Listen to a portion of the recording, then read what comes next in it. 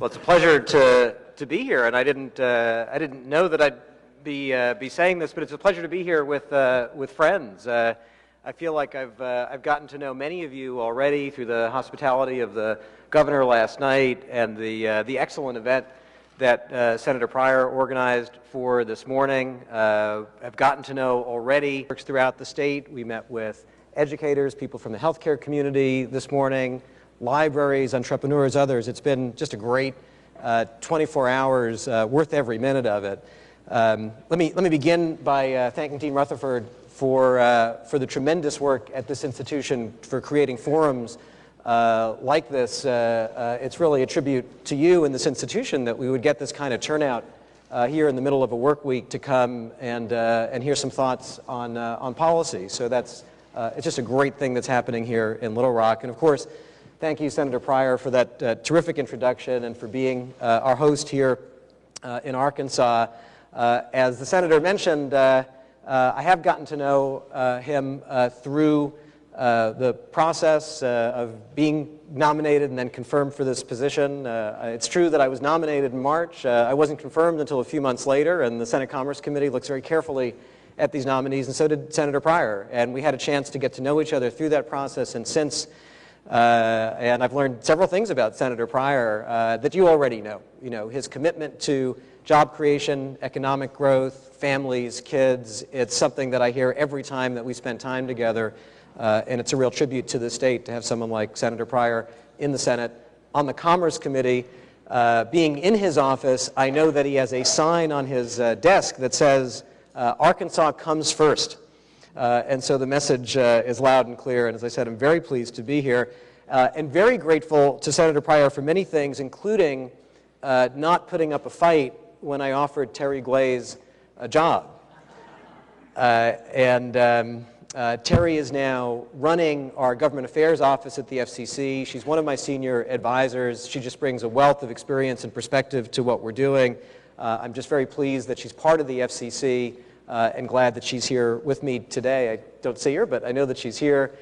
Colin Kroll is here too, another senior advisor who has 20 years of experience in this area. It was terrific yesterday to go up and look at some of the exhibits in the library upstairs because Colin has hands-on experience with things like the Telecommunications Act of 1996. I'll come back to that.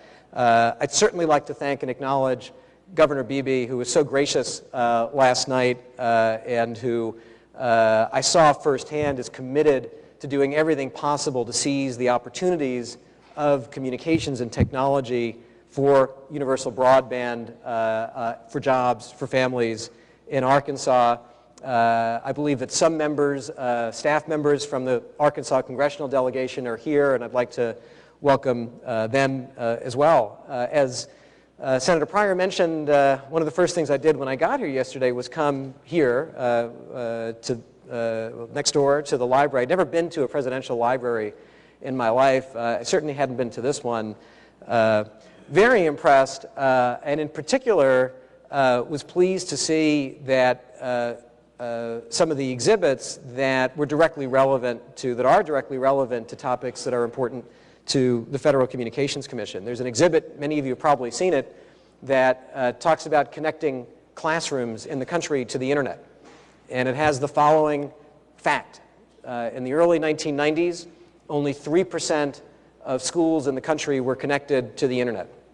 By 2000, that number was well over 90%, at least for public schools, and that was due in great measure to the work led by an Arkansan, President Clinton, obviously, Vice President Gore, and Senator Rockefeller, and Senator Snowe, and Congressman Markey, and others participated.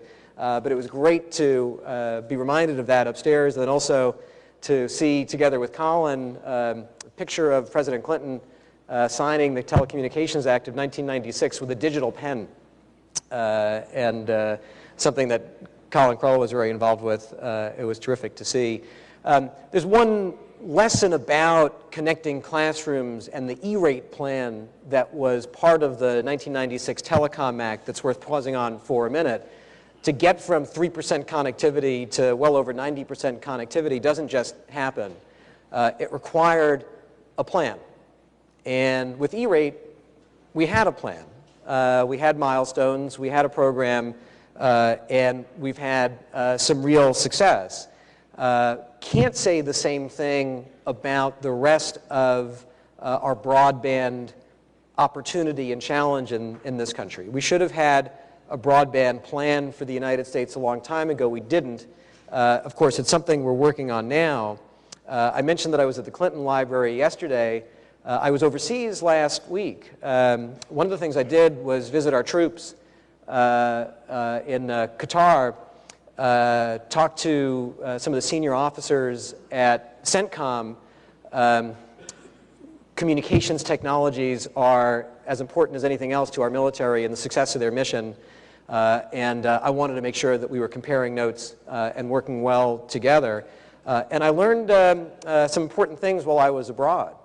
With respect to the military, there's obviously important work going on with respect to interoperability of communications among services, a challenge that we have here in the United States as we work together with DHS and other government agencies to make sure that our first responders on the ground, our police officers, our firefighters, have the ability when they get to the scene of an emergency to communicate with each other effectively using mobile communications, number one. And number two, that as we move into the 21st century, our first responders have 21st century tools to deal with these crises. Who doesn't want an ambulance coming to the scene being able to communicate instantly through broadband to emergency rooms or to whatever emergency room has the right expert available to be able to send images of what's going on? Who doesn't want firefighters to be in buildings and have video images, buildings that are burning, video images of what's going on?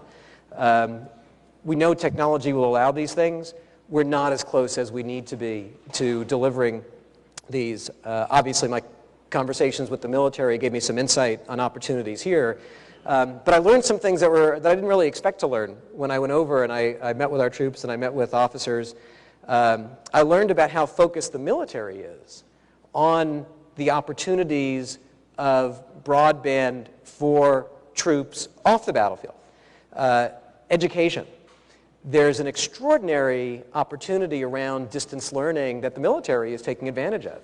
And so at an Air Force base in the middle of the desert in Qatar, I saw a tremendous distance learning center where members of the military have the opportunity to complete their college degrees, to do ongoing training in order to be able to advance in the military.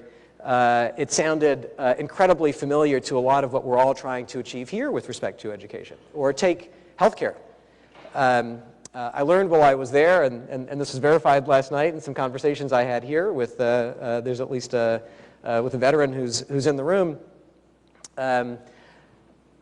Most soldiers have to take their medical records with them physically when they go abroad, and sometimes the unit takes them, sometimes they have to carry them individually.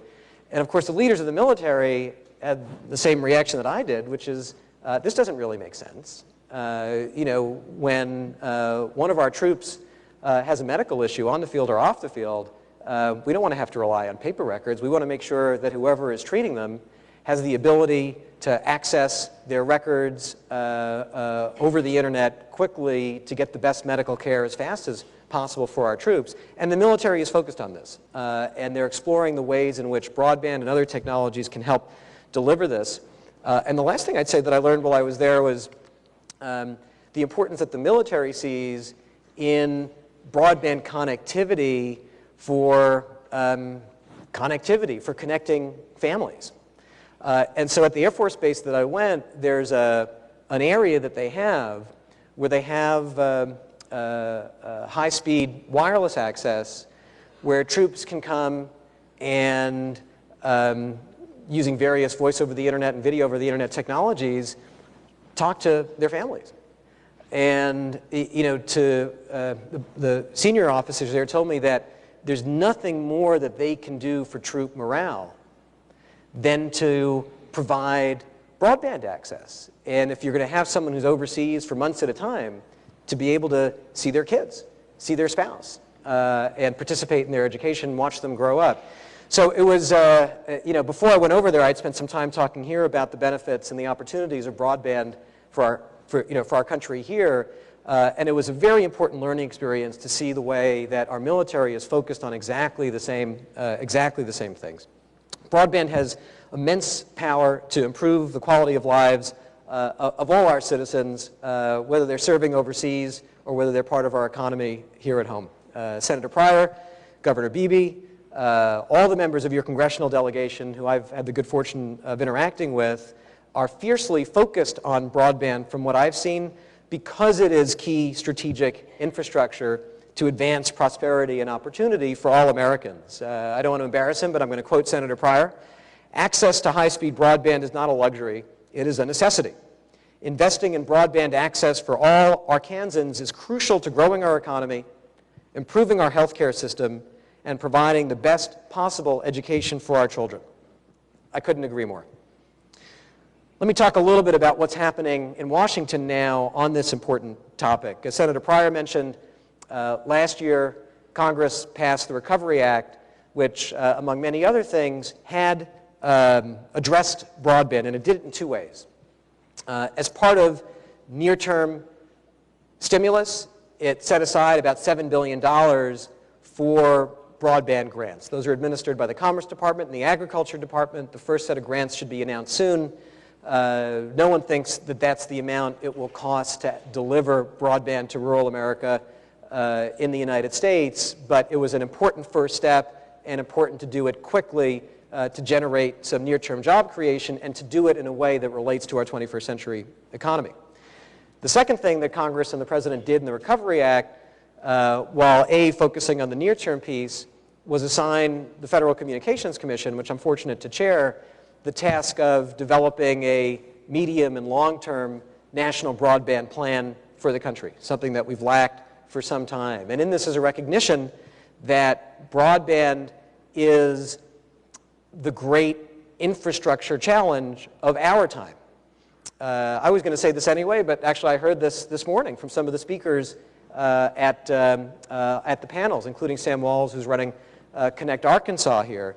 Broadband is to us what railroads, electricity, highways, telephones were to previous generations. A platform for commerce, a platform for economic competitiveness, for helping address major national challenges like education and healthcare, for connecting people with each other and families to be able to communicate. As a country, we've been able in our history to succeed in our goal of universalizing these other infrastructures. We need to do the same thing with respect to broadband. It's not easy. It's not going to be instantaneous. It requires a national commitment, and it requires a local commitment of the sort that I'm seeing here on my visit to Arkansas. We have a lot of work to do. We have a lot of work to do on deployment of this high-speed internet infrastructure, ensuring that connectivity is available everywhere in the United States, including our small towns and rural communities. Nationally, about 10% of the country does not have broadband availability. That's actually mostly a good story. 90% of our country does, or will have it in the next few years. That is promising for our country, but 10% don't. That's a real challenge. It becomes an even greater challenge as the costs of digital exclusion, the costs of not being connected, get even higher. Here in Arkansas, that number is somewhat higher than the national average, somewhere between 11 and 13%. There are real challenges that we recognize to developing policies that will promote deployment in Arkansas and around the country. We also have a lot of work to do on adoption and affordability, ensuring that everyone around the country, including people who technically could subscribe to broadband, that everyone have a real chance to seize the opportunities of broadband. Nationally, the non-adoption rate, which is what I like to focus on, is about 37%. It's good that 63% of our country is connected. It's very good, but 37% of people who could benefit in a variety of ways are not connected, and that's a real gap that we have to tackle. Even more so, in some areas, the non-adoption rates are significantly higher, over 50%, closer to 70%. in rural communities, even ones that are connected, in low-income communities, in minority communities, among the elderly, the non-adoption rates are very, very high. It needs to be tackled. There are a number of obstacles to adoption. We talked about some of these on the panel this morning. Often people don't yet see the value of internet in their homes. Often they don't have the skills necessary to take advantage of it. For some people, the issue is price and affordability, whether it's being able to buy a computer or being able to have a subscription to a high-speed internet service. But we have to tackle the deployment issues and the adoption issues for three core reasons. The first is economic. Broadband is crucial to our economic success as a country. It's crucial to the success of every state in the country, including Arkansas. We need broadband to be our enduring engine for job creation, for economic growth in the U.S., and to enable our global competitiveness. Our information and communications technology sector, our ICT sector, as people in the industry call it, is about 1/6 of our economy, and crucially, it has an even greater potential to be a higher percentage of our GDP growth. Worldwide, studies show that a 10% increase in broadband penetration can translate into somewhere between a point and a 1.5 increase in GDP, an enormously important target to shoot for. In Arkansas, there's a study that shows that full broadband deployment could bring in over $2.6 billion to the state economy and create over 8,000 jobs here in Arkansas. So we have to tackle this. Broadband has the potential across multiple market sectors to drive expanded markets as well as productivity gains and improve standards of living in what I believe can be a wonderful win-win for businesses and consumers. Consider the trucking industry, not something that people think about first when they think about broadband. We had a representative from the transportation industry in one of the panels this morning. $500 billion national industry has already saved about $16 billion annually through the use of onboard computers that allow companies to better track and more efficiently dispatch trucks. Now, as long as they're not doing it while they're driving, this has enormous benefits for productivity gains, for a clean energy future, something to pay attention to. Consider agriculture and broadband. High-speed internet, wired and wireless, can help farmers and ranchers plan crops, sell goods and livestock, buy feed and seed, obtain vital weather information when they need it. In fact, there's evidence that deploying broadband to our farmers can allow farmers to earn more while consumers pay less as a result of broadband-driven efficiencies. During my first week as chairman, I went out to Erie, Pennsylvania, and had a very interesting experience there. Saw a farmer who'd been a farmer all his life, who stood up and he said that when he was growing up, he didn't think that computers and technology had anything to do with his business, with his career as a farmer. And he said, now he thinks that the opposite is true, that farmers can't do their jobs as well as they need to do it and to survive, especially in this challenging economy, without access to broadband, wired and wireless. There's a study that says, and I quote, "The degree to which farmers take advantage of the new economy will increasingly determine their competitive success." Broadband is essential to our jobs equation.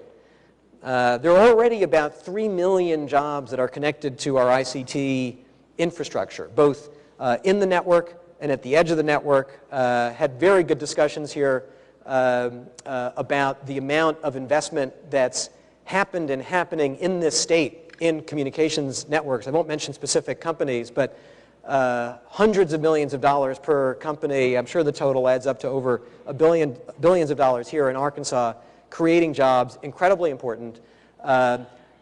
Also on the edge of the network.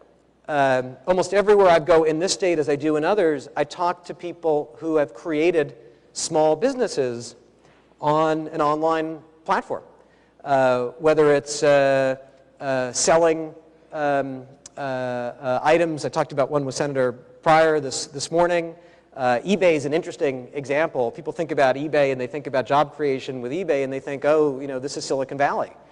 eBay, that platform alone, has led to jobs for over 600,000 Americans through eBay stores that are all over the country. There are some, I'm sure, right here in Little Rock and throughout the state of Arkansas. It's an example of the power of broadband to help with job creation and empower innovators and entrepreneurs wherever they live in the United States.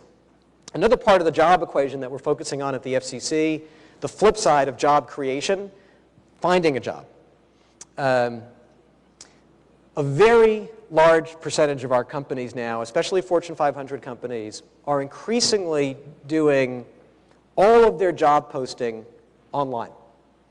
And so if you want to find a job today, if you want to maximize your chances of finding a job today, you need to be online. We have to tackle that, and an increasing number of jobs that are available require basic digital skills. And so broadband and information and communications technologies are a critical part of our jobs equation, both in the job creation side, but also in helping people find jobs and making sure that they have the skills that they need to take advantage of jobs that are being created in our economy. So digital literacy, interesting aside, we had a wonderful woman this morning who has been involved in this area since the 1970s, who talked about how the term computer literacy was coined here in Arkansas. And we spend a lot of time focusing on digital literacy as we think about a national broadband plan. The second major area of benefits from broadband are in a bucket of what the statute calls, the law that asks us to do this national broadband plan calls national purposes. And it's a recognition of the ways in which broadband universal connectivity can advance our collective goals around education, healthcare, energy, public safety. And as part of the work that we're doing, we're looking at the ways to tackle those issues to make sure that the connectivity piece of the puzzle is addressed and that we have a national broadband strategy for the medium and long term that recognizes the importance of it. Take education.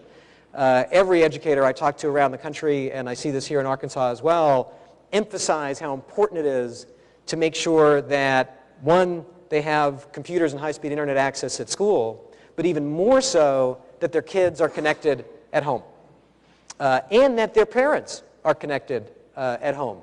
Schools are getting more innovative in this area. They're staying in touch with kids when they're out of school. They're staying in touch with parents when they're out of school, as long as the parents and the kids have the ability to connect at home. This is a real challenge. We're not where we need to be. With respect to schools, I mentioned that we're over 90% in terms of connectivity. That's the good news. But about half of teachers today say that the speeds at their schools are too slow. That's an issue we have to challenge, and we have to tackle the challenge of making sure that there's adoption at home for all of our kids and their parents. Healthcare. Talked a little bit about these examples in connection with the military. Enormous opportunities to reduce costs and improve care through telemedicine, remote diagnostics, virtual diagnostics. There's so many examples, including right here in Arkansas. In fact, recently, Senators Pryor and Lincoln and the members of the Arkansas House delegation announced that the state had received a series of grants from the federal government to promote distance learning and telemedicine. These are examples of what's happening here kind of on a pilot basis and the opportunities for the future. So there was a grant to Baptist health facilities in a number of counties, Van Buren County, Phillips, Bradley, Pulaski, Independence, Mississippi, to fund a critical care medical network connecting 6 rural medical centers and a major hospital hub site here in Little Rock. There's a grant to Cossatot Community College of the University of Arkansas to upgrade interactive classrooms and create an online learning laboratory, allowing more students to gain college-level courses without having to relocate. Healthcare, education, energy, I mentioned. Broadband infrastructure is necessary to give us what we need on smart grid to spur energy efficiency and investment. For smart grid to work, we need broadband. If we can get there, a 5% increase in grid efficiency, which broadband will enable, would equate to eliminating fuel and greenhouse gas emissions from 53 million cars. I mentioned public safety issues before, the mobile broadband, public safety communications interoperability issues, and making sure that our first responders have access to 21st century tools. And finally, the opportunities of broadband to enhance civic engagement, conversations between citizens and government, as well as each other, and also the performance of government. Using the internet, using electronic communications to provide better, faster services for Americans at lower cost. We know that if we can move more information, more forms to electronic from paper, we'll be doing good in a lot of ways. We'll be providing better service to people, we'll be saving money. In order to do that, since our government has to serve everyone, we have to succeed in our goal of universal broadband. And in fact, until we do, we have the challenge of managing both paper distribution and electronic distribution. So the faster we get to universal broadband, the more we can reduce government costs and increase and improve government services that can take advantage of high-speed communications. Let me end with two notes. One is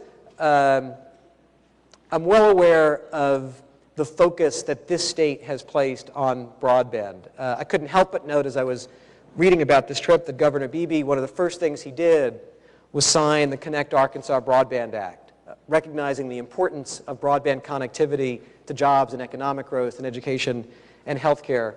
And I see among all the people I talk to here in the private sector, in schools and healthcare facilities, the enthusiasm for it. The challenge I would leave for my friends here in Arkansas is the challenge that I thought about as I was visiting the Clinton Library yesterday. This state has set a very high bar when it comes to connectivity and the future of the country. But for Arkansas, I don't know that we would have an E-rate program. I don't know that we would have every school in the country connected.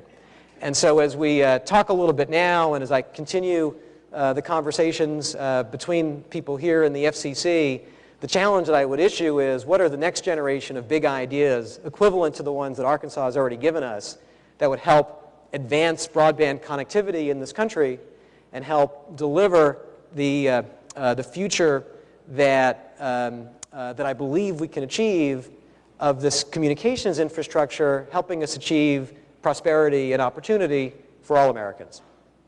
So thank you. It's good to be here. I think that we have a couple of questions. We have time for some questions. Right here, Mr. Sells, right here. If you'll wait for Mr. G to give you the microphone.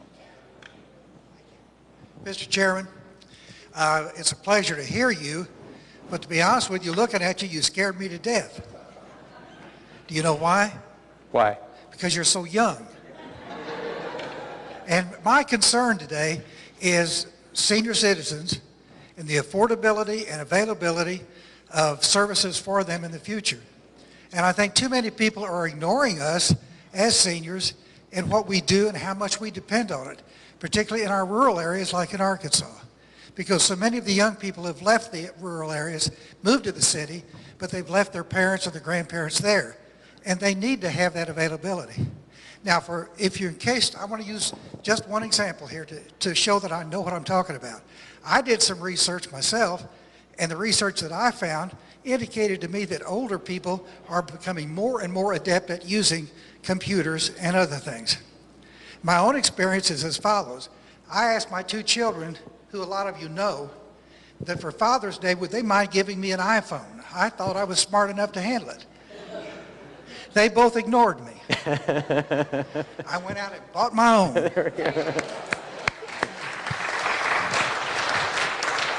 And I'm concerned that if I go from here to visit friends in Dumas, Arkansas, that it's going to be able to work and that we're going to have in the future all that we need to keep older citizens on the net, using broadband, and in touch with their families and with the stock market. I appreciate that comment.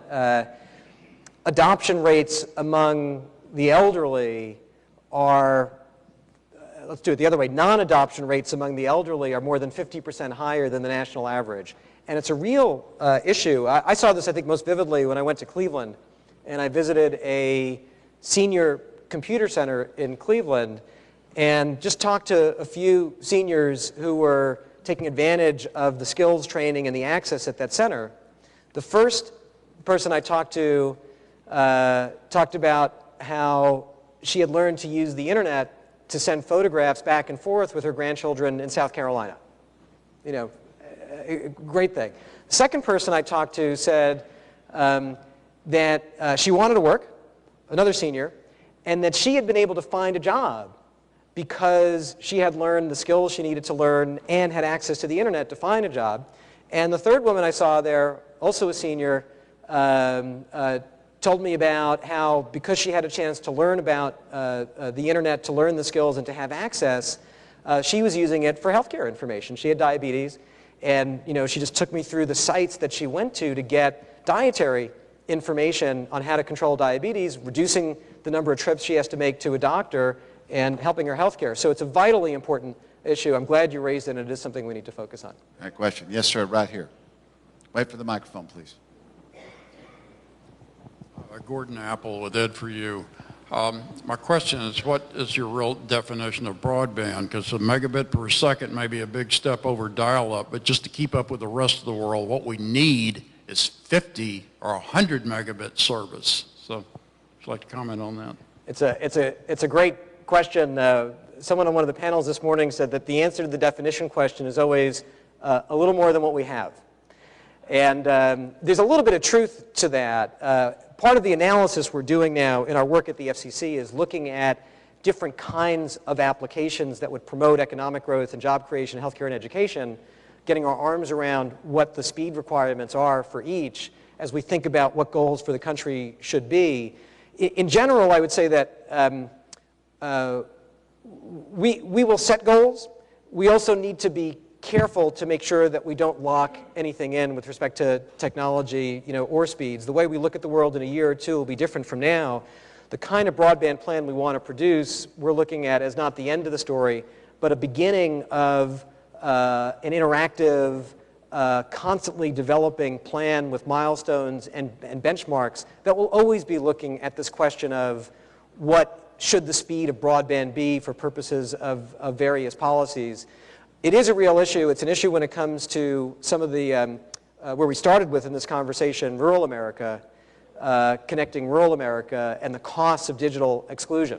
We run the risk of being in a country where the gap, even if there is infrastructure in rural areas, where the gap between speeds between urban areas and rural areas potentially could be very large. This is not an easy problem to solve, and I wish I could snap a finger and solve it. It's going to require real private investment, real creativity in thinking about how to incentivize and leverage private investment, and thinking about what kinds of actions would get us there. But it's another good question, and it'll be a challenge for the country. On the international point, if I could just add one thing, I'll tell you from my trips overseas, the rest of the world is not standing still. And the recognition around the world of the importance of information and communications technology to their countries' economic growth and their success, they're very focused on it. 22 countries have broadband plans. We're doing our first now. We need a national commitment. We need to move as quickly as we can, and we need to cut through everything to identify a strategy and an action plan for the country that will help promote global competitiveness for the U.S. in this area. Sorry. Got a question back here from one of our students, Jane, right behind you. Hi, my name's Ashley Davis, and like Dean said, I'm a student here, so thanks so much for coming. My question is, basically, you did a great job of explaining why we need broadband access, and I think a lot of us here in Arkansas see it every day in rural parts of Arkansas that don't have any form of internet access or very, very slow internet access. But my question is, what are the main obstacles in rolling out a plan? Is it a technological issue, an economic issue, or a policy issue? And what's the number one thing we could do to advance the program of expanding the technology? It's a good question. We just had a meeting at the FCC where our broadband team presented on what the major gaps are that we have to tackle as part of this plan. There's a gap around deployment in areas of the country, rural areas that don't have it. It's a business case issue. There are great companies here that would be happy to build out to every inch of Arkansas if they could find a business case for it. And they're struggling to do that, and we're working with them to figure out how to answer that. There's an adoption gap that we talked about among the elderly and others that in some cases can be tackled through digital literacy, information, education programs. In other cases, we have to look at affordability issues. One of the issues that's been raised with us is there are some people who could afford broadband service but can't afford a computer. There's some people who can't afford any of it. So we have to tackle that. We have a spectrum, a looming spectrum gap. We heard about the iPhone before, and our national broadband plan has to look at both wired and wireless. But this tells you everything we need to know about the demands on our wireless network that are already here and that are coming because of the great opportunities, the great innovation and entrepreneurship we've seen around mobile. I'm here to tell you, unfortunately, as the chairman of the FCC, that I have very real questions about whether we have enough spectrum in the pipeline to allow us all to have the service that we will need for mobile broadband to play the role that it should play in our economic success and in advancing the other topics that we mentioned. Small thing, there's a school in Arkansas that I learned about today that to tackle some of the issues we're talking about, put high-speed Wi-Fi access on school buses. And so kids going 2 hours, they have long trips to school, they're spending 3-4 hours a day in the bus, who don't have internet at home, at least have access there. Well, you can't do that without mobile. So there are others, but those are some of the main gaps that we're looking at. Question? Yes, sir. Right back here in the back. Okay. Hi. Really enjoyed your talk. I'm the project manager of the Arkansas Telehealth Network. We're a coalition of 235 health sites across Arkansas that were selected for the FCC's Rural Healthcare Pilot Program. And we were really appreciative of being a part of that. And I've got a little summary here of what the view in the trenches looks like. I was wondering where you think the Universal Service Fund will go with rural healthcare broadband in the future. It's a challenging, seriously challenging problem, but one we have to tackle. The Universal Service Fund has been an extraordinary success for the country. It's made it possible for everyone in the most remote parts of our country, in Arkansas and elsewhere, to have basic telephone service. But for those of you, many of you are involved in this area, there are a couple of problems that we have to tackle. One is, right now, providers, the fund doesn't provide for local providers to spend for broadband. The money is supposed to go to traditional POTS, plain old telephone service. That has to change. We have to reform the Universal Service Fund so that it's focused on our national goal of universal broadband connectivity. There are other challenges around the fund that many of the people here deal with every day. The base for contributions into the fund is shrinking. We have to tackle that. There are a series of really hard, knotty problems that will require, pushing the boulder up and over the hill to solve. We're committed to doing everything we can. In February, when we do our national broadband plan, we won't solve it then, but hopefully we'll be starting a process then to see if we can build some broad consensus on the right thing to do for our country on the Universal Service Fund.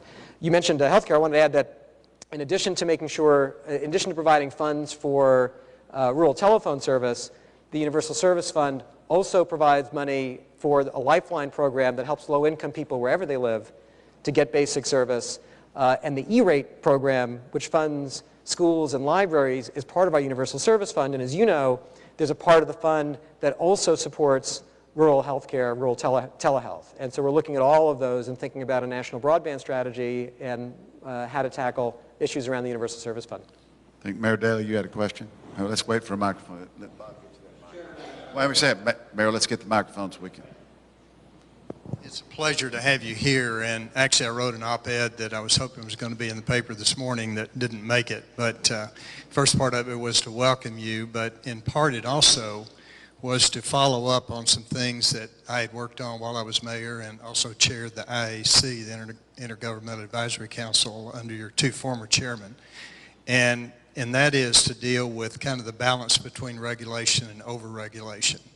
And then specifically, I'd love to hear your comments, kind of where you are and maybe what's happening relative to that and maybe specifically to net neutrality. Sure. You know, as Senator Pryor mentioned, I spent the last 12 years in the private sector, and I've been on the receiving end of government regulation. And I understand that there are many ways in which government regulation can be counterproductive with respect to the core goals of promoting investment, promoting innovation, promoting competition. And so we're very focused at the FCC on making sure that our rules create a climate for investment, that they're focused on competition, and that what we have at the end of the day is a climate, a set of rules that promote the greatest possible investment and innovation in the network and on the edge of the network, because we need it all. We need network operators to continue to make their networks more robust and smarter, and we need people on the edge of the network, small businesses and others, to continue to innovate, to be entrepreneurial. This is the virtuous circle that I think can deliver tremendous benefits for the country in terms of economic growth, job creation, and advancing the kinds of goals that we have. We've developed over the last 20 years in this country this extraordinary network of networks, the internet, that has generated so much positive economic activity. And our view is that the openness of the internet, the openness of the platform as a place where anyone with an idea or a business can go start a business and reach an audience has been an important part of the secret sauce to its success. And what we're looking to do as the internet unfolds into its next generation is to preserve the freedom and the openness of the internet that we've had, so that we can continue to have that kind of innovation and investment and entrepreneurship for the next period of time. And so we're looking for high-level rules of the road, a common sense approach that preserves what it is about this platform that has been so important for, as I said, economic growth, economic activity, entrepreneurs, innovators, and also free flow of information and ideas. We have time for one more question, and we're going to conclude with the Clinton School question in residence. Annie Abrams. Thank you, Skip. I always like to have a role model and not invent the wheel when you don't have to. In your analysis, what region of our country has made the most gain in the gaps that you identified, and which countries in the global world have advanced over the gaps that you identified, so that we will not have to try to start in the beginning? It's a great question. It reminds me of one of the things that's hard about the job that I have. There's the nature of the communications landscape, and the role of the FCC is that, in almost everything we do, there are winners and losers. I wake up every day and I look for win-wins, and my staff comes in and, we're going to have to pick a winner and loser. So if I answer your question directly, I'll make someone very happy and the rest of the country very unhappy. But let me answer it this way. I think one of the things that we can do at the FCC as the federal agency in this area is become a platform for information and the best ideas and best practices around the country. So, if you're out in Pine Bluff and you're struggling with your school or with a healthcare facility or with a small business or something, and you're thinking about what kind of local program would be most effective to advance goals, there ought to be a place that you can go and see what's going on in other parts of Arkansas, Louisiana, in California, in Ohio. And it's one of the things that we're looking at as part of this plan. I think information is very powerful, and we want to have a country where we support and encourage local experimentation, the people closest to the ground developing the best ideas. And then I think we'd like to try to find a way to just get those ideas everywhere, so entrepreneurs and innovators on the business side and on the social side can get information like that. And there's similar work we can do internationally. We have been and will continue to be an exporter of great ideas when it comes to information and communications technology. but there are also ways in which we can be an importer of ideas. And there are interesting ideas around the world that, even here in Little Rock, would be helpful to give people direct information to so that people can make their own judgment on, well, that's an idea that we can use here, and to have a platform where communities can join together inside a state and across state lines to say, well, if we combine our resources, we can really get something done in this area. So I appreciate the question. It's a great question. And I think what we're going to try to do is create an ongoing process that has information about best ideas, best practices, and that might also look at, there's already information out there that rates different states and countries on various metrics. Some of them have challenges to them, but we'll be looking at a way to do that in an ongoing basis as well.